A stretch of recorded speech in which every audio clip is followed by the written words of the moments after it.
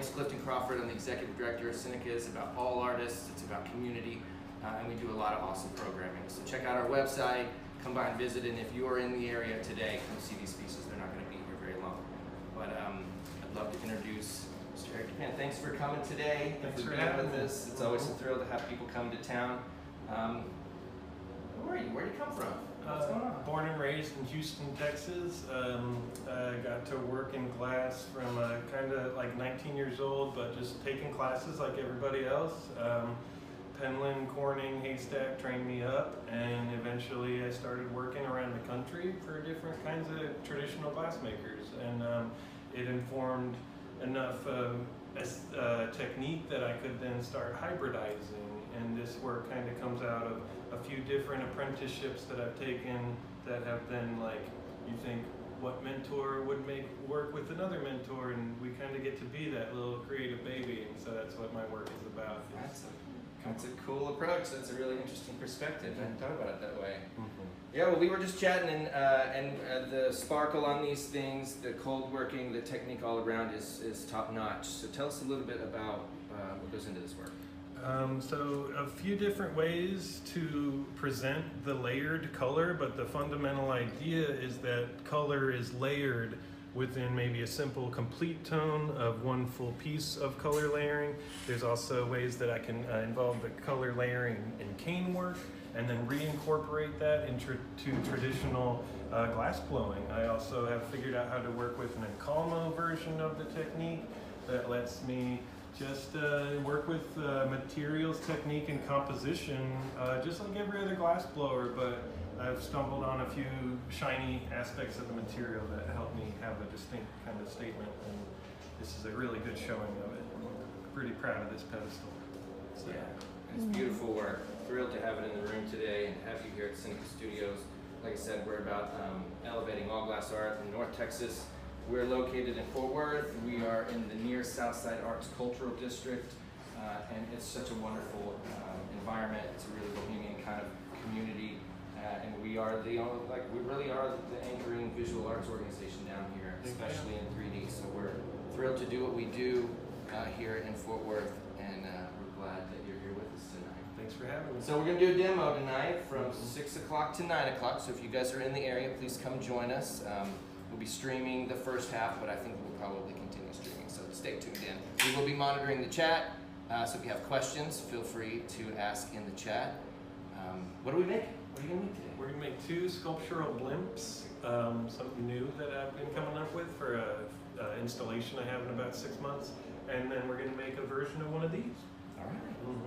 Cool. Color layered pieces. Yeah. Awesome. Well, thanks so much. Thanks for having me. Looking forward to it.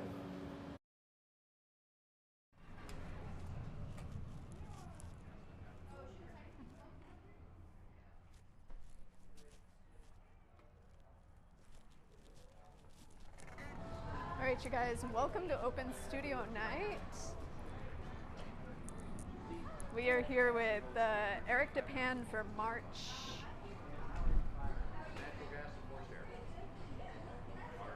So thanks, Eric, for coming out to hang out with us. You guys don't forget these live streams. We are going to be running from 6 to 9. So the demonstration is going to be happening from 6 to 9, and then we are going to continue to record. So if you're local, come and hang out with us in the studio. It's a really nice night to be blowing glass, actually. So Eric over here on the right is our gaffer for this evening. We're featuring him and his work. Krista over here is his main assistant. And then soon over on the other side of the studio is assisting as well. So you guys, if you are local, do come by, hang out with us. We're gonna live stream through the first piece tonight. So Eric's plan is to make what he called a blimp earlier today, like kind of a Zeppelin shape. Krista's prepping the color, which looks like a white. It looks like an opal white. Is that what that is, Krista? It is an opal white? opal white, opaline, like an opal white. So Eric's got a little bubble on the end of his blowpipe, and those of you who have watched our live stream before, this is all going to be very, very familiar to you. But those of you who are new to our studio, new to this live stream, if you have any questions as we're going through this demonstration tonight, don't hesitate to put something in the chat so we can answer it.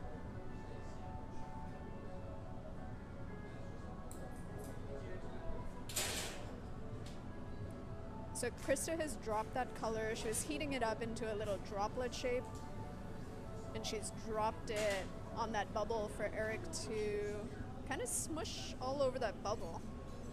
Now this process is called an overlay. And his goal is to get a nice thin layer of color all the way around that bubble. So you guys, welcome to Sinica Studios. If you haven't just tuned into this live stream before, we present a quick live stream on our social media platforms on the second Friday of every month. And we do these demonstrations for about 3 hours on every second Friday of the month. So if you're local, come hang out with us. We won't be live streaming the entire thing, but we will be live streaming the first piece.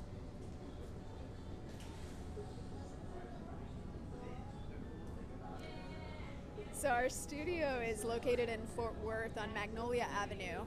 Those of you who are familiar with that area, it's a really nice night to come out, hang out, watch some glass blowing, and also grab some food. We're on a really amazing street for grabbing some grub. If you've never tried glass blowing or you're not familiar with it, we are the only nonprofit studio in the DFW Metroplex that offers glass blowing. So if you want to try it out, come check it out. We're the only public access studio in Fort Worth. You can always go take a class in Dallas or Grapevine, but if you're in Fort Worth, we're the spot to be.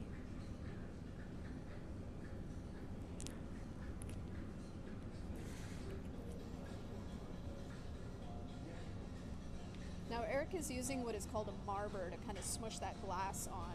You'll see he's moving pretty fast. His goal is to push a thin layer of color all the way over that bubble. Ideally not smushing the bubble in the process. Now this color is going to be underneath another color from what I understand. But you'll notice that he's continuously getting up, reheating, getting back to the bench, working a little bit, getting up, reheating. This is a continuous process in order to keep the material warm.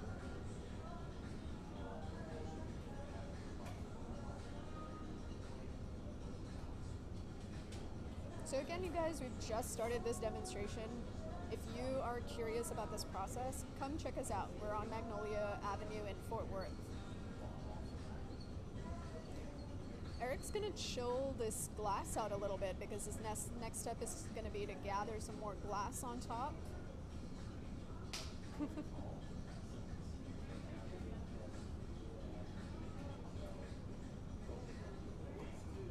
And so you'll notice as we're working through the evening that this is very much a team sport.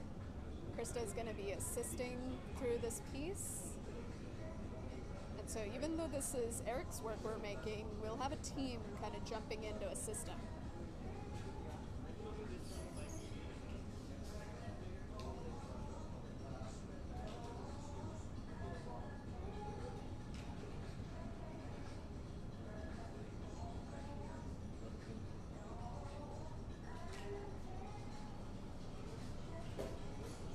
So Eric's going over to our 2000 degree furnace.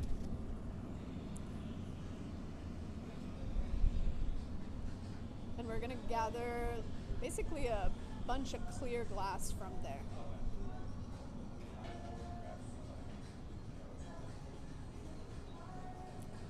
From there, his goal is to go into a block, which will make the glass kind of a Q-tip shape. And you'll notice that we're soaking and saturating these blocks in water to keep them hydrated and keep them from burning up too fast.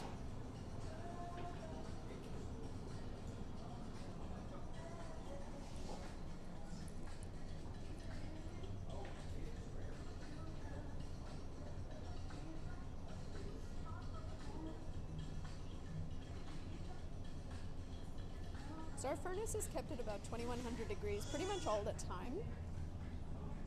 And this clear glass looks pretty orangey yellow right now, but it will change as we're working with it. You'll notice that the color will change as it cools down.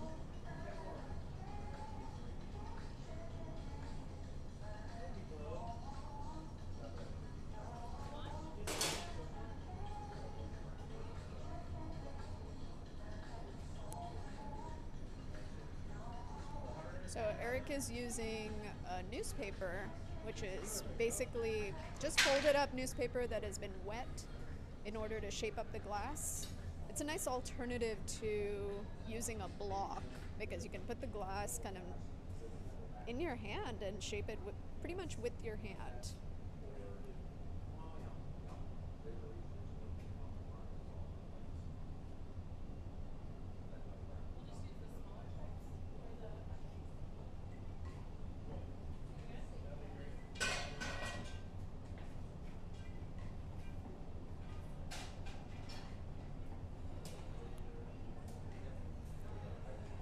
So at this point, if you haven't noticed yet, we're using a metal blowpipe. So this is basically a hollow tube so that we can inflate the glass through there and make a hollow shape. Again, it's just a little bit of a waiting game when we're gonna gather more glass. If you go into the furnace when the glass is too hot, the glass is going to kind of start to lose its shape, might end up inside the furnace, so we don't want that. We want to maintain a good temperature, a little on the cooler side before we add hot glass to it. On the flip side of that, if the glass is too cold, the glass will want to crack.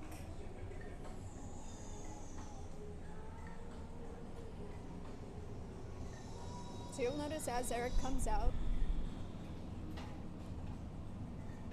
the glass is really, really bright yellow. You almost can't see it, but as he works with it, it'll cool down, chill out a little bit, and you'll start to be able to see that color underneath.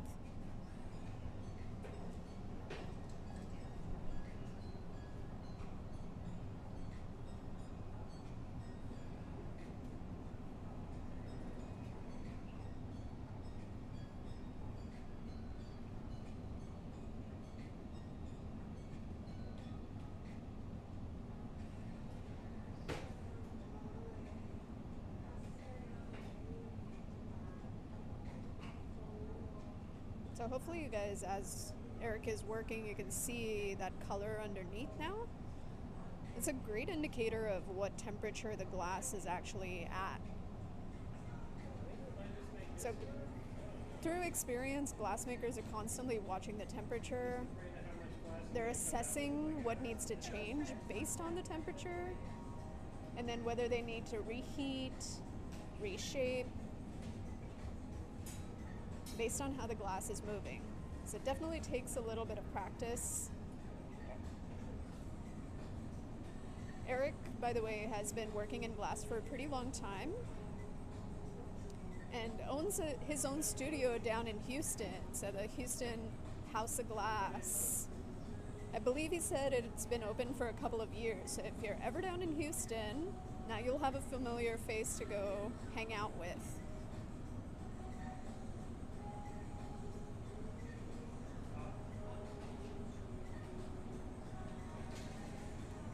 So hopefully you guys have been with us for the beginning part of this stream.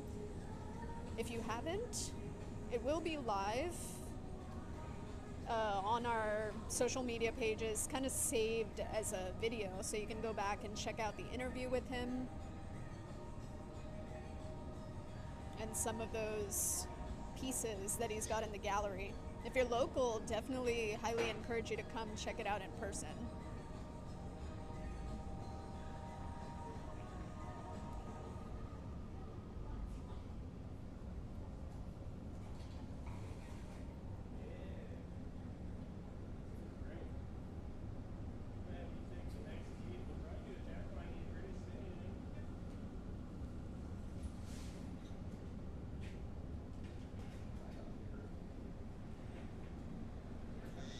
notice that as Eric's working, his left hand is constantly turning. It's super important that we're keeping things on center as we shape, especially when we're making symmetrical forms. So he's alternating between shaping and blowing until he gets the shape that he wants.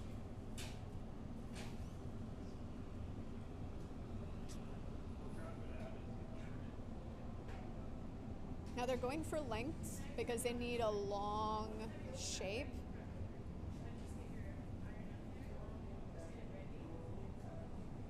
He did say that he was going for something like a blimp shape, which is going to be like kind of a longer form.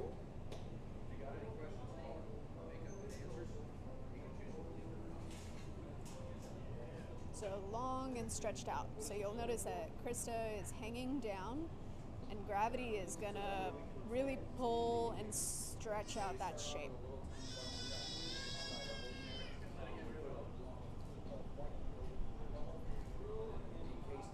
Now Eric's using a tool called a jax to make a constriction.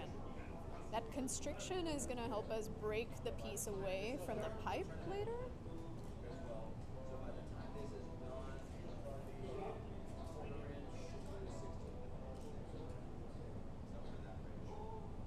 So this constriction will assist in breaking the glass free from the pipe at a later point. Right now we're just shaping part of the piece. So again, you can see he's going back into a reheating chamber. Every time the glass stops moving, we've got to get heat built back into it so that we can continue to shape it. So this is super similar to how ceramicists work in their studios. The only difference is we're using heat and they use water. So stretch, stretch, stretch. We're stretching into a nice long droplet shape. Air pressure being added by Krista.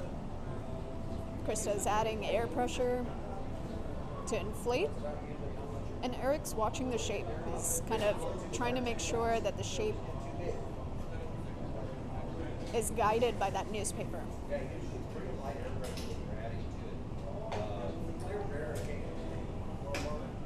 Now you guys, if you have never worked with glass before and you're interested in doing that, I'm not going to lie to you and say that you're going to be able to do this right off the bat. But there's always a first time for everything, and we try our best to make these things very, very accessible to the general public. So if you're interested in coming and trying out a shape, making something like a paperweight, a tumbler, a heart, flower, something like that, come hang out with us. You can check out the classes on our website, senecastudios.org. We've got tons and tons of ways for you to try out this material. Now, if this is not familiar to you, or you're kind of a little nervous about heat, and you want to start in a studio that's a little more, I don't know, climate controlled maybe, we do have a couple of other studios in our building that you can come play with if you would like to. We've got the kiln forming studio in the back, where you're not working with heat directly at all, working with cold glass, assembling it, and then sticking it into an oven to melt it all down. But if you want to do something in between the two, we do also have a flame working studio.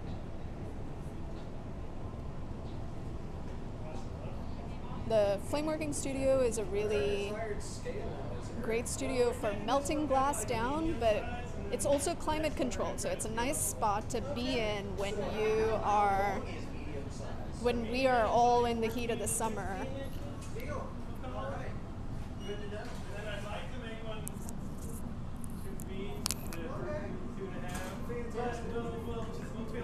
Okay, sounds good. If need be, I'll get another road weight thing for the other fluffy.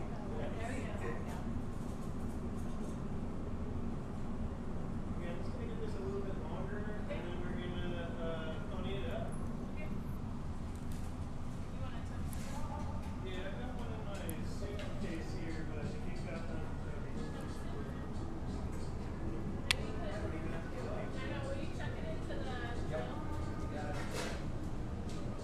So Eric's dropped this out pretty far. I know it doesn't look like it on camera, but this form is already pretty long. Yeah, give me one quick blow. Toss it off. So, I think I'll be taking there. Pretty cool, right? So you guys can see how it went from a gather like a Q-tip shape down to this very, very long droplet form.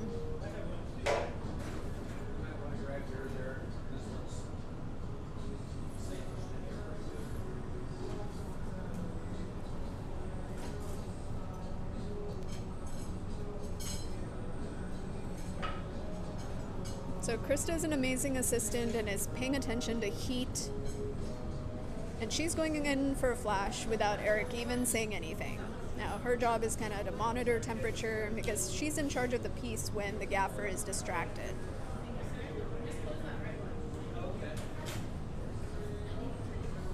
So she's watching the heat, making sure that the glass doesn't move but doesn't get too cold. We don't want it to get too cold.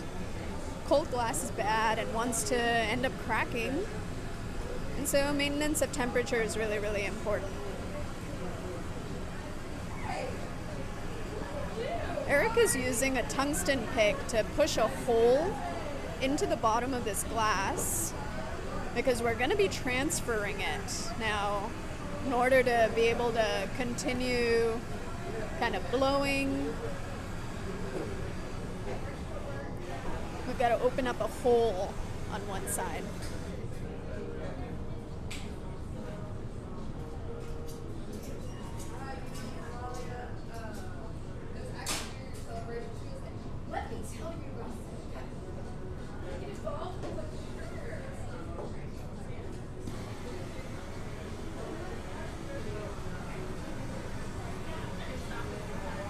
So this torch is helping heat up the tungsten and getting it nice and hot, nice and toasty.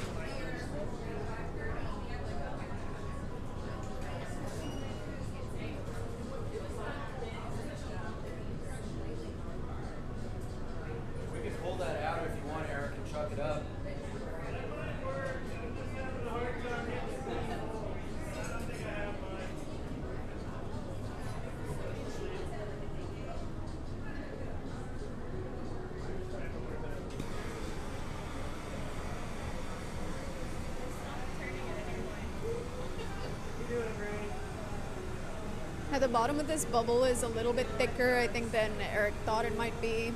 Sometimes it's a little hard to tell thickness. There, he's in there. So the goal of putting a bubble in it is so that we can blow this form from the other side if we need to. So Eric is taking another blowpipe to the furnace. And he's going to basically make what we call a punty, which is a transfer rod. Now this punty is going to be hollow. That way when we punty up, we can blow from the other side of the piece.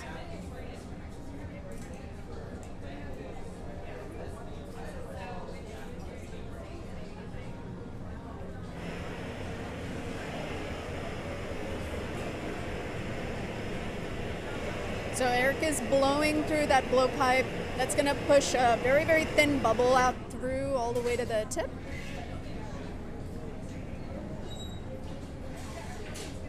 And then he's going to clean it up with the jacks.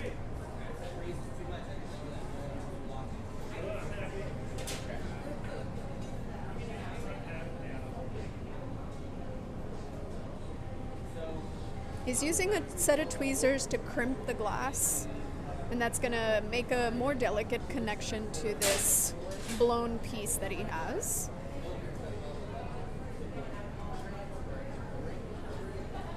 It's basically thinning out the glass a little bit.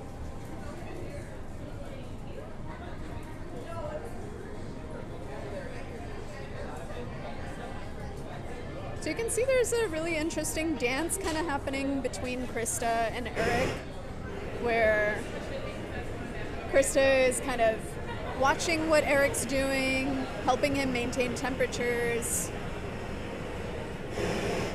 and going back and forth between heating the piece and heating the punty. So now here comes the transfer. Eric's going to stick this punty, the blow punty, to the bottom of the piece.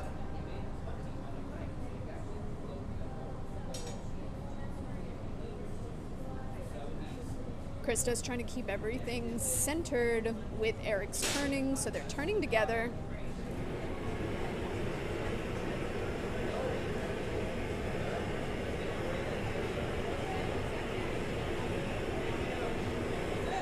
And remember that jack line we talked about earlier, that little constriction? Eric's gonna break off from that point now. So he's adding a little bit of water to chill everything out, and then tapping to free the piece from the blowpipe. Would you like to talk to everybody? Are you sure? Okay, I'm going to do this anyway.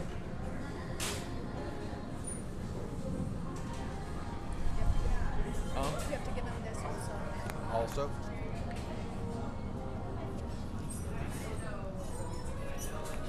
Well, apparently you get both of them. I'd have to do both. Gene and I discussed this earlier. Oh, fair enough. Well, if it gets a little weird, you can kill it. Okay. I just figured you want to share. Yeah, I do want to share. I'm always about sharing. Let's see if I can get all this to work. Hello, everyone online. Clifton's on the mic now. Everybody watch out. See if I can get this turned up. Can you guys hear me over there? Elena, can you hear me? Can you hear me? Yeah? All right. Well, we got to give a big shout out to the featured artist here, Eric DePan from Houston, Texas. Thank you so much for being with us today, Eric.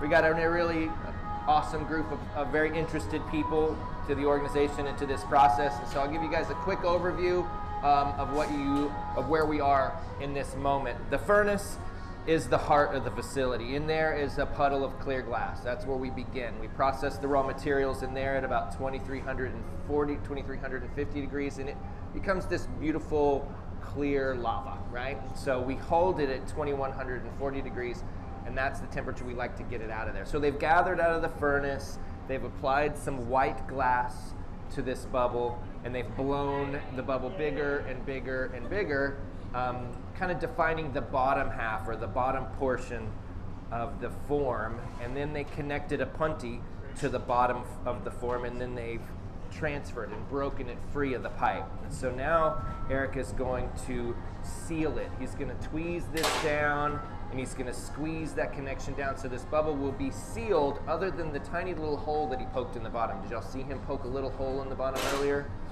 And so this is an interesting way to still have access to add more air. So it has a little hole. They made the punty on a blowpipe so they can blow through it and puff on it a little bit. So the ultimate goal here is a blimp, right? A blimp.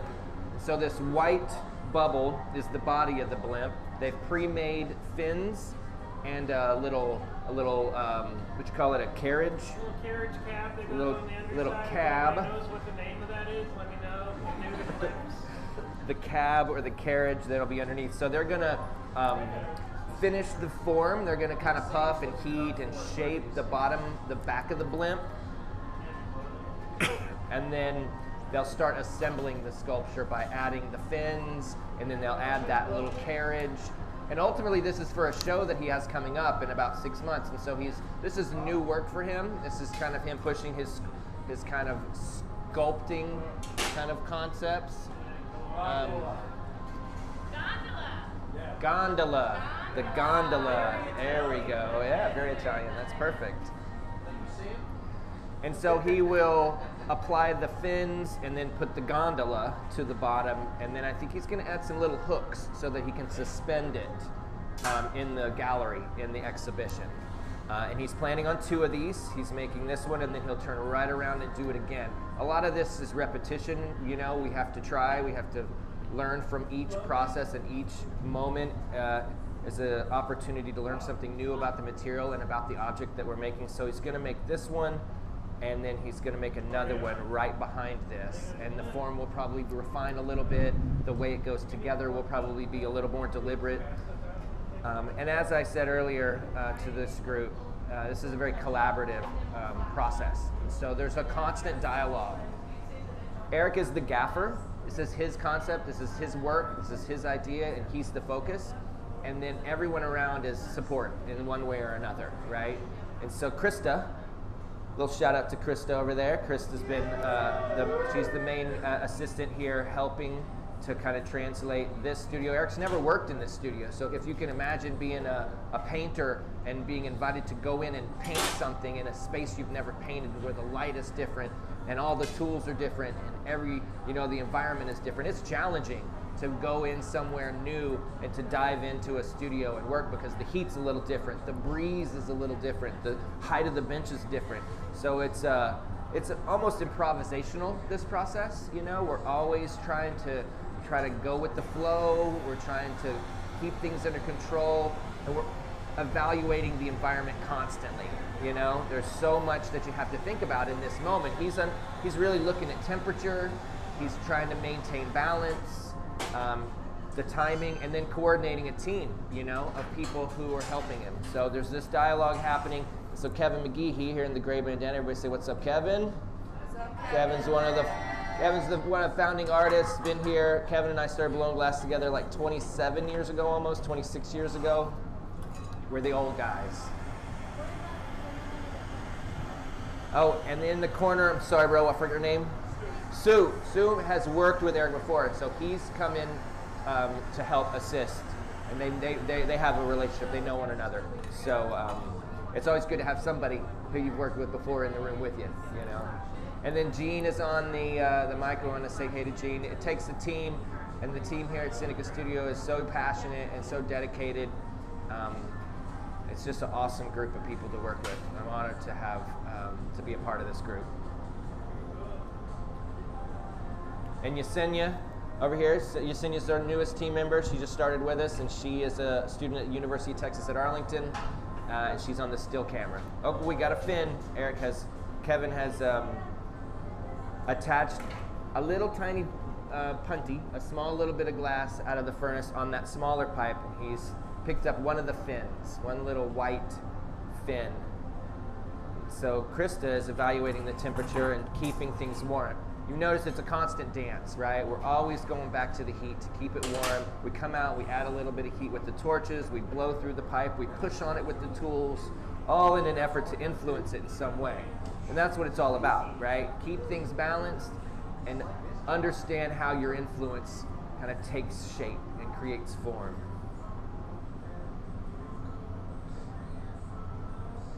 Eric's watching it move, sizing it up. He's taking a good look at it, thinking about how it's going to go on, and then he'll coordinate with Krista exactly how he wants it to happen. I don't know if he's made a blend before. Probably. You usually come into a new environment and make one of the that you've never made before.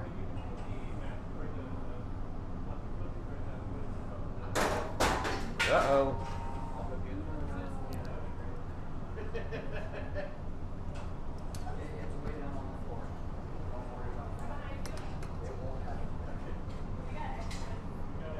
They got extra fins.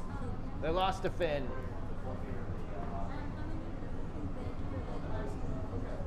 So we do a lot of workshops, so we do a lot of public programming. So if anybody's interested in that, you can check out our website to learn about it. We do what we refer to as Spark workshops at least twice a week. And those classes are usually about 30 people who come through over a 4 or 5 hour period. And you can just schedule one slot in there. Even with a group of people, you can come together if you schedule all of you in the same time period. We do an experience series of classes where you can come have a longer experience in the glass blowing or kiln forming or flame working studio. And in those classes, it's usually 4 to 6 people. And then we do all kinds of private events and team building events and those can vary from 2 people to, we had a group of 40 on Tuesday. We had a group of educators who came through, and they had a big event together. And it was more of like a wellness night for all the educators. They had started their own group. I don't know the name of the group that came in, but it was fantastic. They worked in here and all made tumblers. They worked in the flame working studio and made hummingbird feeders. So we have a whole variety of objects that you can choose from if you wanted to organize a group event, where you come in and everybody can make a pumpkin, or everybody can make a drinking glass, or everybody can make ornaments, or a little bowl for your candy or ice cream, you know? So we have a whole variety of different objects that you can make in each of these studios.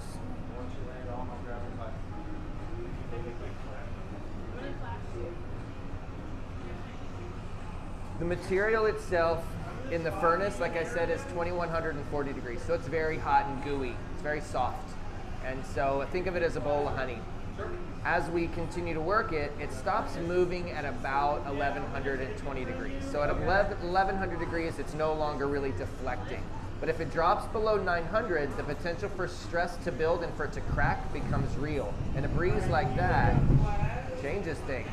Changes in how it's cooling off. And so constantly flashing, they call it. We're constantly taking it back to the heat to keep it warm enough so that it doesn't stress out and crack. And then if we want to make a connection, then we can use these torches, right? We've got the fluffy torch, and then we've got the hot torch. And that hot torch is much, much hotter. It's running on pure oxygen and propane. And so we can heat up a certain area and then tap things free. So there we got a fin. Got a fin to the blimp. Yeah, a little adjusted, but you could pick up any of those 2 that were on the right. Yeah.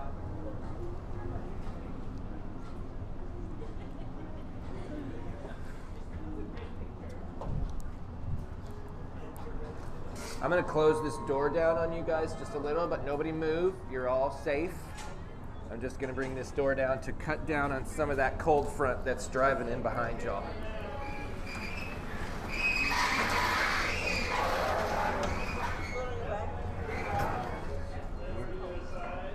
Now you're all part of the door to block the wind. And I can bring that down further if you guys want. You want me to bring that down a little bit more? Watch your backpack. How's that? Oh, yeah, that's so much better. It's like, thank you very much.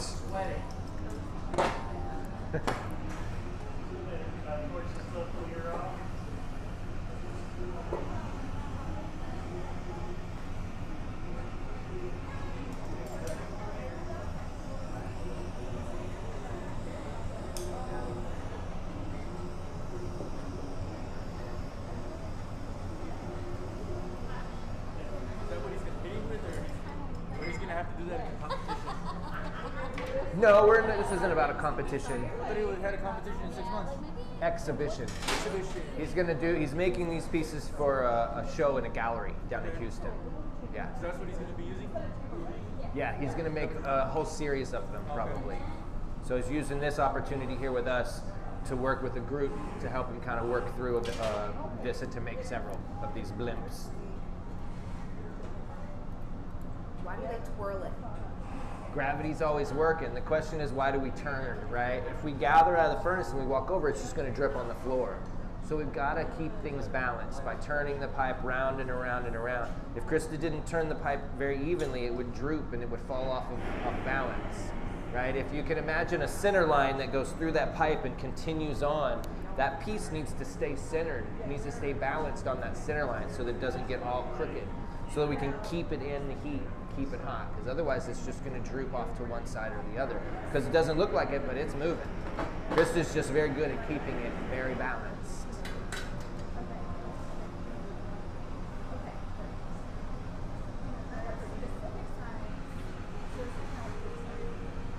So again, he's using the hot torch, which is pure oxygen and propane. That torch can push up to the 3,000 degree level. The natural gas and forced air that the holes are running on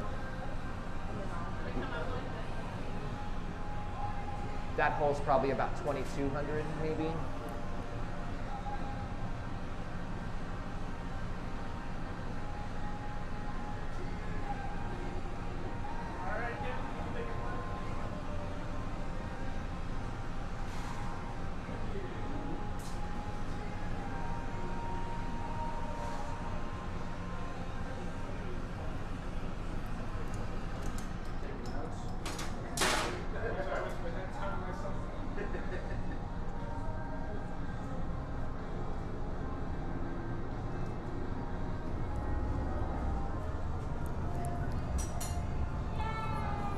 Spin number 2.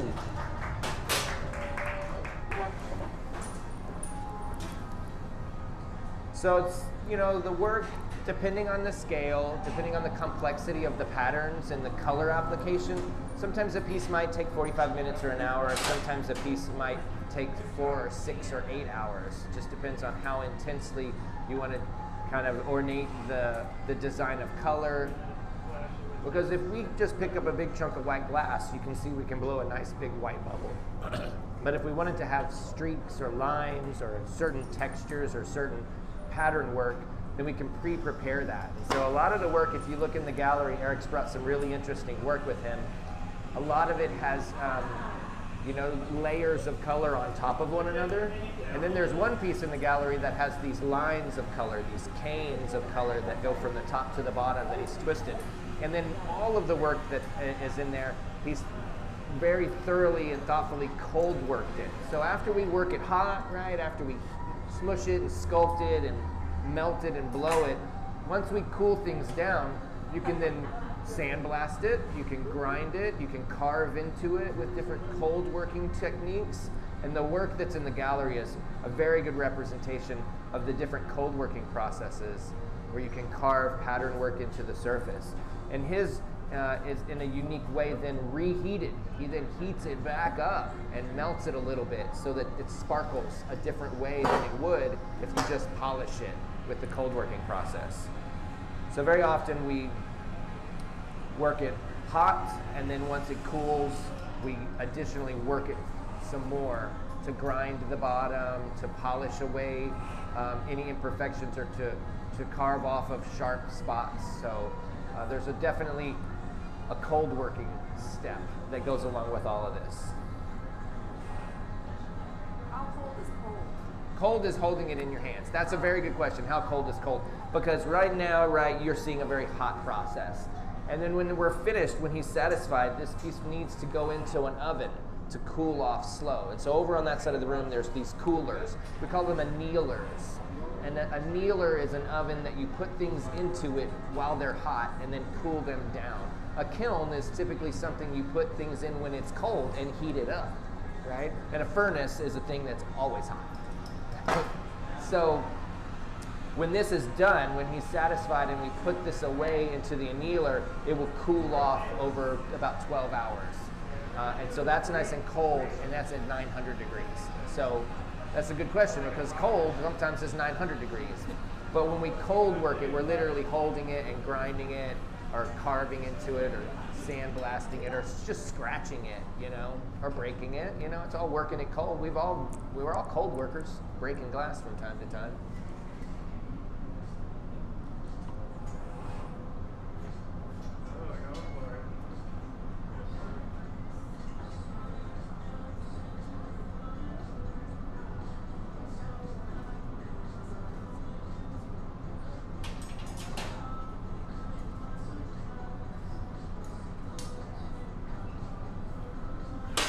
So it's a delicate balance between understanding how hot it is so that we can make it move, and cold enough so that we can make it break, all in a very predictable and a controlled way. Nice move, sir.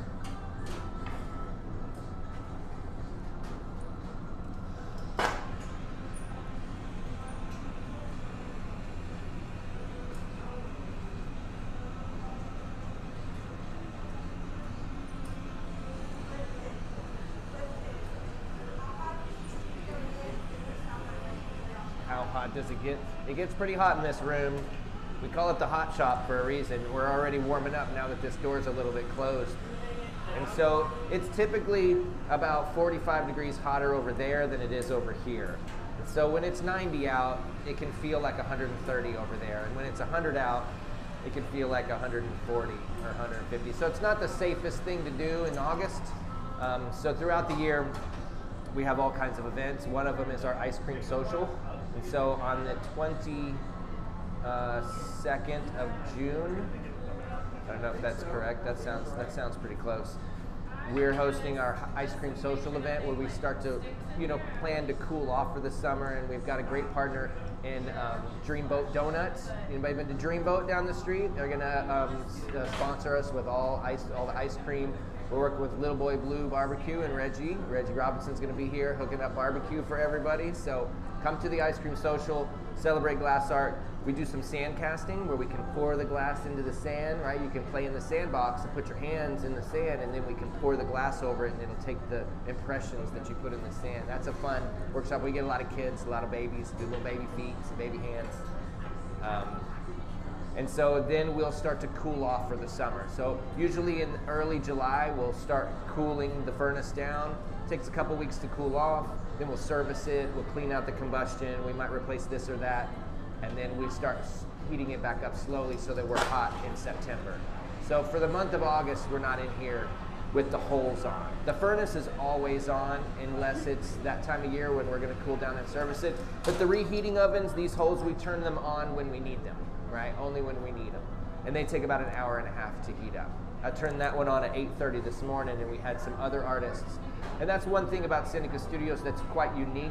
We do all this public programming, we do a lot of outreach programming, but it's about access, right? There's not a whole lot of access to glass in this area. And so as a nonprofit public access facility, you can come and take classes, you can take an extended curriculum with us, and you can become passionate and infatuated like us. And then you can come rent this studio, just like it was yours.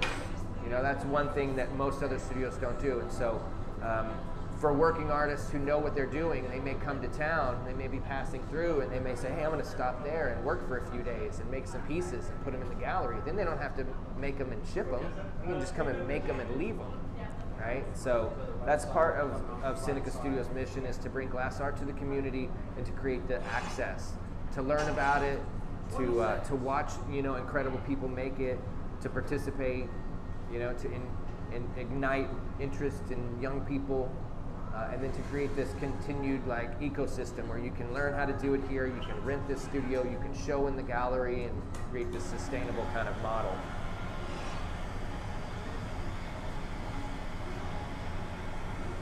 Eric, do you anticipate you'll cold work this at all? You're gonna try to do this all hot sculpted.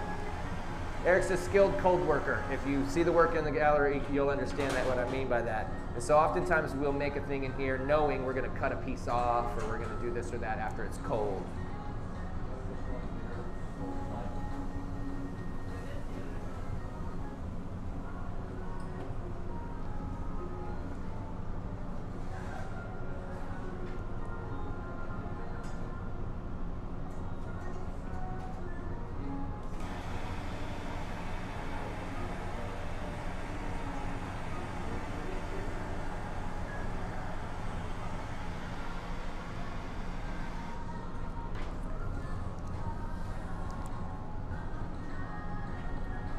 A portion of this presentation was brought to you by the Texas Commission on the Arts, the Cultural Art Grant, the J.E.S. Edwards Family Foundation, the R4 Foundation. So I want to thank all the support out there who've helped to make this possible.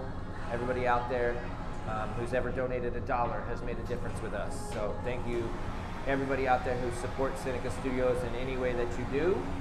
We invite you to come take classes, to come be involved.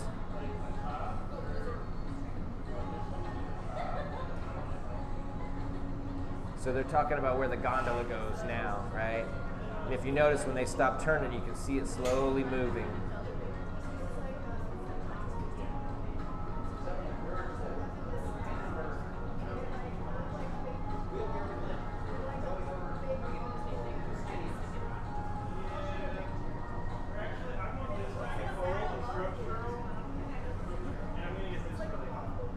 We got any questions? Anybody curious? What curiosities have come up in this process? It's easy to get lost in it, to just watch it happen.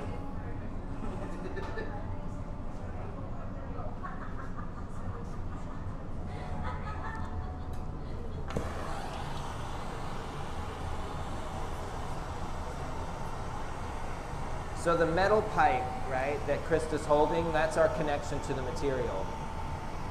If you hold something that weighs 5 pounds in your hand, it feels like 5 pounds, right? That's logical. If you put it on a 1-foot stick, it doubles to 10 pounds. If you put it on a 2-foot stick, it doubles to 40 pounds, right? So 5 pounds, 10 pounds, 40 pounds. Another foot away, 80 pounds. So we try to get as close to it as possible, and so we want to keep that pipe a little... I was thinking too hard.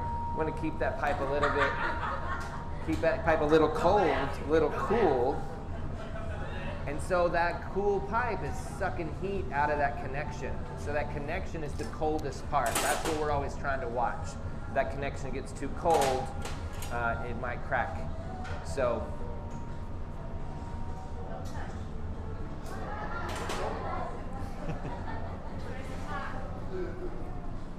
Keep your hands warm, keep the joints nice and fluid. I agree.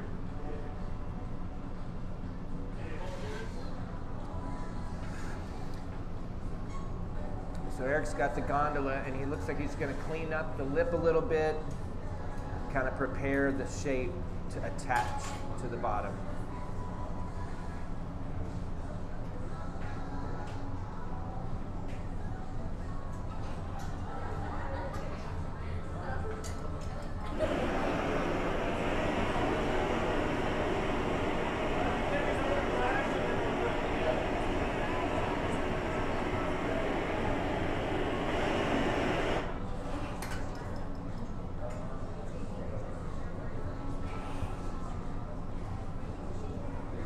So thank you guys really for being out to Seneca Studios. Thank you guys online for watching.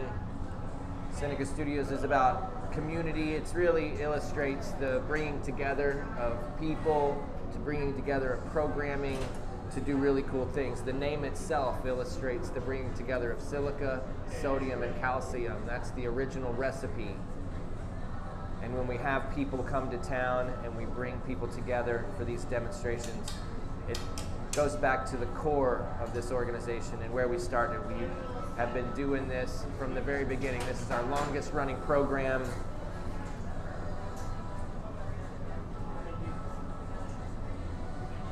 Anytime you break something, right, the glass rarely just breaks into two. Most of the time it breaks and hundreds of tiny little pieces go flying that we usually can't see. That's why when people bring us things to repair, it's tough because they go, oh, it just broke in half. And then I go to put it back together and I'm like, well, there's about 5 pieces missing, right? And so when Eric broke that free, little bits of colder glass fell on the surface. And Krista was smart to say, hey, watch that, because you can brush it off before we go and heat it. If we go heat it, they're gonna stick. They'll fuse together and there'll be a little texture to it. So there's so many subtleties. There's so many subtleties in what we do that it's kind of hard to wrap your head around it until you touch it, until you try. You know, it's hard to imagine what it feels like until you touch it, until you squeeze it and pull on it. And that's what this place is all about, bringing people in to experience it. Square it up, so it's like a square loop.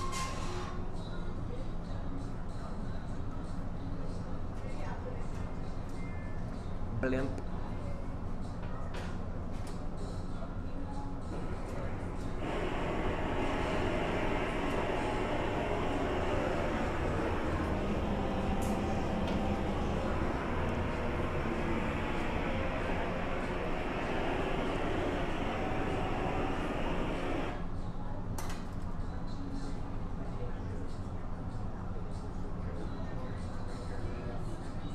Is this a little loop?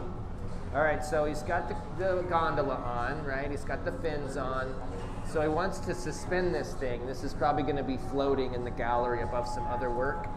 And so he's gathered out of the furnace some clear, and he's going to have Krista flip that over to the top, and he's going to put a couple of hooks. So that's nice and warm, so he's going to stick a hook right there, and he'll lift and cut that free. And then he'll take what's left and kind of pull on it and wrap it around itself to create a hanger, basically, a place for this to hang.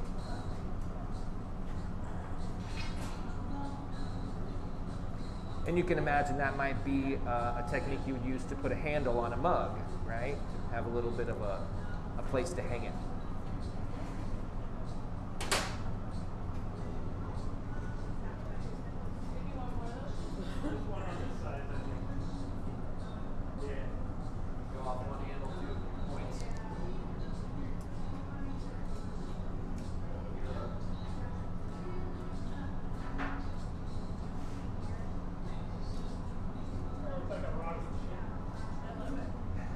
Yeah, it does look like a rocket ship.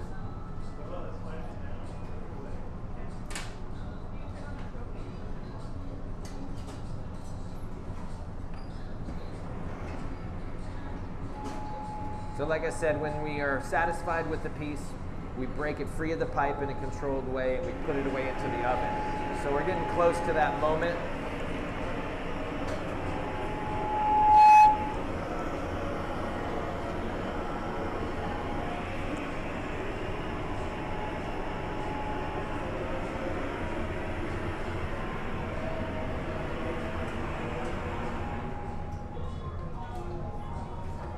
So this is the first of 3 pieces that Eric's going to do tonight. I think he's going to turn right around and make another blimp, and then he's got plans for another vessel after that. But Stuff that next vessel next, just to spice it up. Yeah, whatever you'd like to do. So you guys stick around. I think we're going to, say goodbye to the online audience too. So thank you guys for tuning in online. I want to thank the team. It takes a team. Krista on the pipe, Krista Westbrook, Kevin McGeehee, Gene Fernandez is on the gimbal, Brandy is behind the scenes producing this whole thing online, Heidi Childers is in the gallery, and one of the most important people in the room is the guy making sure that the hole stays hot, who's on the doors.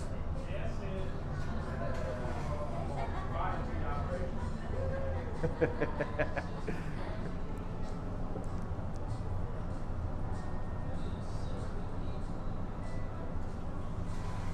from Houston, and we've been seeing blimps flying around the skyline for the last year, so it just kind of came to me. Goodness, I don't know what it is about my head, but I'm good at feedback. I'm really good at feedback. I'm going to stand over here by the furnace.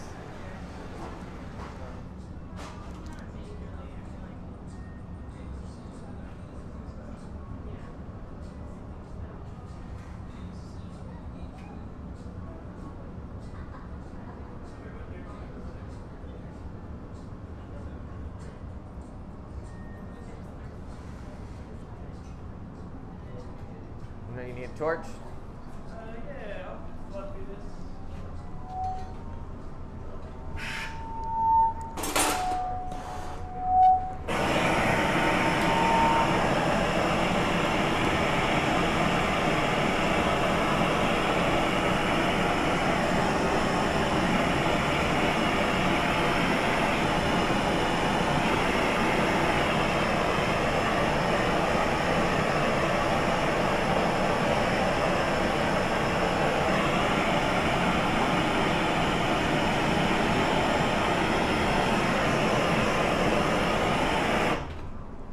Fire.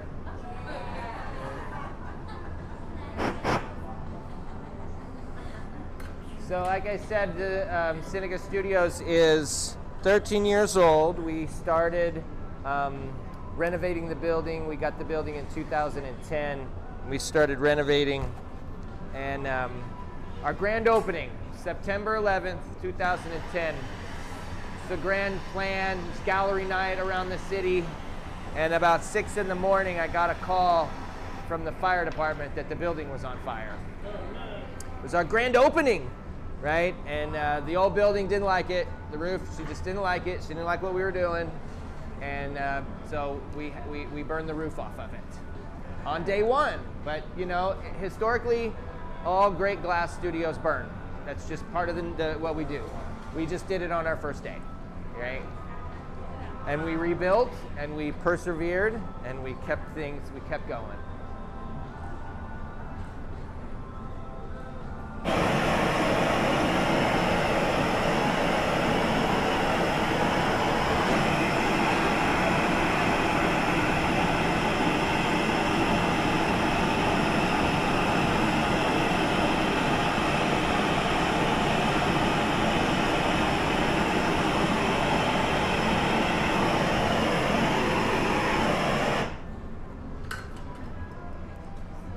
Looks like we got an issue with the oven, so they're making sure the oven is good so they can put it away appropriately. We don't want to overbake the turkey. That'll be a nice balmy 920. Anything less?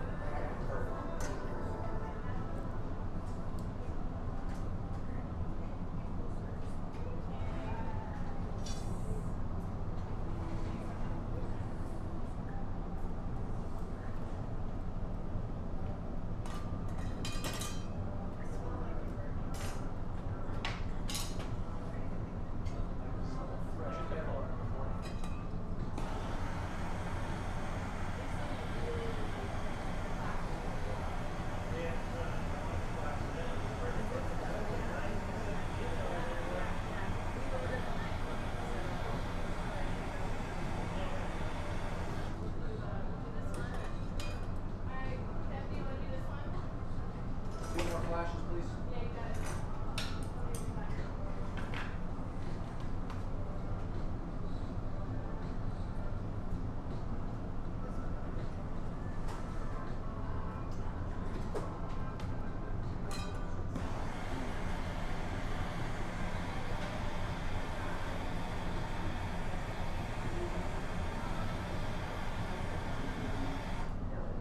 There is no blanket.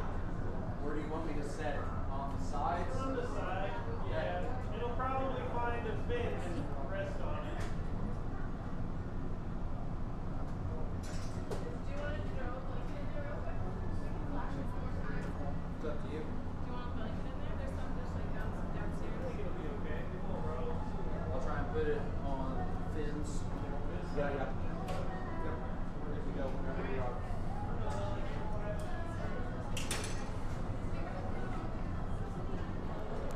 All right, now I get all the tools. That way I can get the, Yep. the door.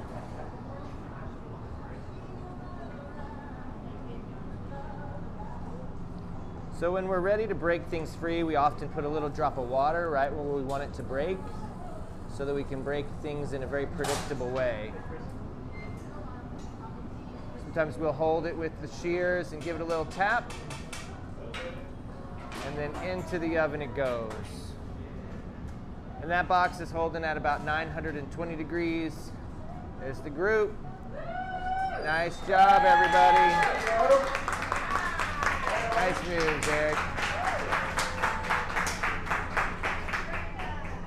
But thank you guys for tuning in online. Seneca Studios is about community, so if you want to come be a part of it, there's lots of ways you can do that. Come take a class, have an event.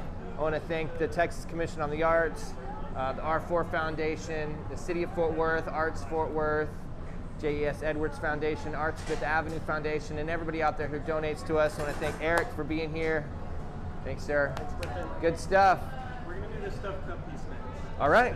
Very good. If you're in the area, come by. We're going to keep doing this all night. There's some great work in the gallery, so you guys come check it out. Hey, again, thanks for tuning in tonight. I want to mention that Seneca Studios is a nonprofit through and through, and we are super grateful for everybody that's been a part of helping us grow into the great organization that we've become. I want to thank the Texas Commission on the Arts for their support. We are in the near South Side Cultural District, recognized by the state, and additional funding is allocated to those things. So I want to thank the Texas Commission on the Arts for their support. I want to thank the City of Fort Worth and Arts Fort Worth for their continued support. There's so many other foundations that support other programs, but it's really about the people. So I want to thank everybody out there who's made a donation. And if you like what we do, if you're interested in what Seneca Studios represents, get involved. And the best way to do that is to make a donation.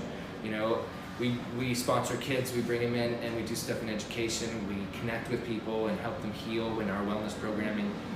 We celebrate self-expression, and we highlight artists like we're doing tonight. But it only happens because of donations. So I really encourage you, if you're watching, to make a small donation. Everything adds up and everything helps. But thank the team, right? It takes a team, and you can be a part of that team with a small donation.